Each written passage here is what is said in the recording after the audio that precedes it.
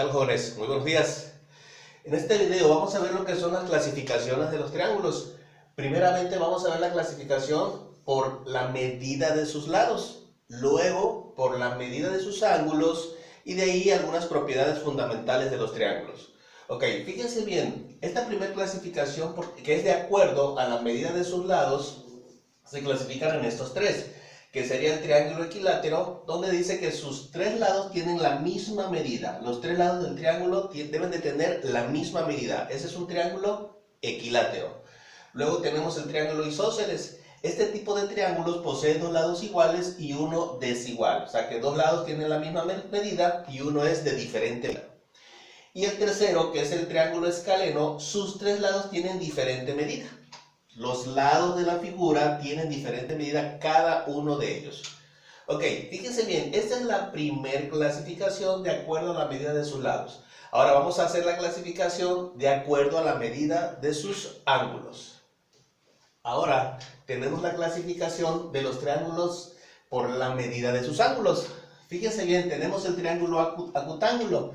Sus tres ángulos son agudos, o sea, cada uno de ellos mide menos de 90 grados. Recuerden que un ángulo agudo es aquel que tiene una medida menor a 90 grados. Entonces en el acutángulo, los tres ángulos, ¿sí?, son agudos, o sea, miden menos de 90 grados cada uno. ¿Ok? De ahí sigue el triángulo rectángulo. Dice que este posee un ángulo recto, o sea, un ángulo de 90 grados. Este es el triángulo rectángulo.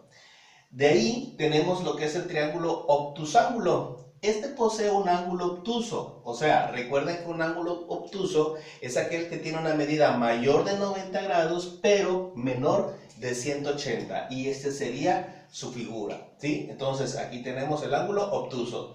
Y por último tenemos el triángulo equiángulo. Este dice que sus tres ángulos internos tienen la misma medida, o sea que los ángulos interiores miden 60, 60 y 60, porque la suma de los ángulos interiores de cualquier triángulo es igual a 180. Y esta es la clasificación de los triángulos por la medida de sus ángulos: acutángulo, rectángulo, obtusángulo y equiángulo, ¿sí? ¿Ok? Y las propiedades de los triángulos, ¿sí?, las propiedades fundamentales de los triángulos son cuatro incisos: A, B, C, y ahorita ponemos el D. En el inciso A nos dice que la suma de las medidas de los ángulos internos de un triángulo es igual a 180. O sea que en cualquier triángulo la suma de sus ángulos interiores sumados dan 180.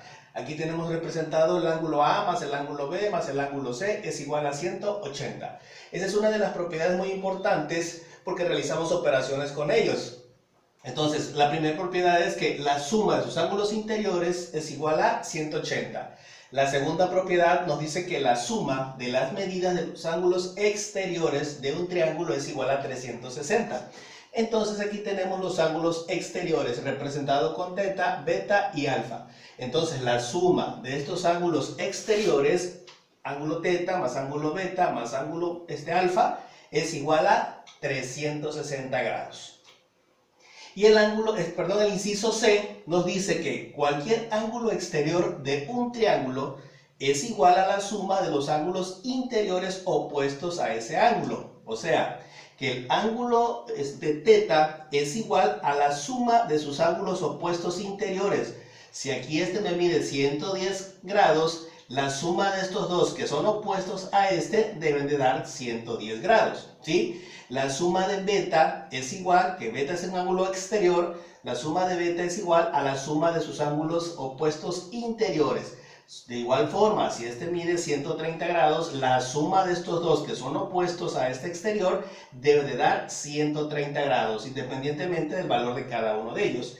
Y el ángulo alfa dice que es igual, estos son sus ángulos opuestos, este debe de medir la suma de estos dos. De igual manera, si este mide 120 grados, la suma de estos dos, que son sus opuestos interiores, debe de dar 110 grados. Vamos por el inciso D. Este inciso D nos indica que los ángulos agudos de un triángulo rectángulo son complementarios. Recuerden que este es un triángulo rectángulo, el cual este ángulo es un ángulo recto de 90 grados. Y estos ángulos agudos se les llama complementarios, porque al sumarlos obviamente nos deben de dar 90 grados. Ángulo beta más ángulo alfa es igual a 90 grados. Recuerden que este es un ángulo recto de 90. Entonces la suma de estos dos, que son complementarios, al sumar los tres nos deben de dar 180.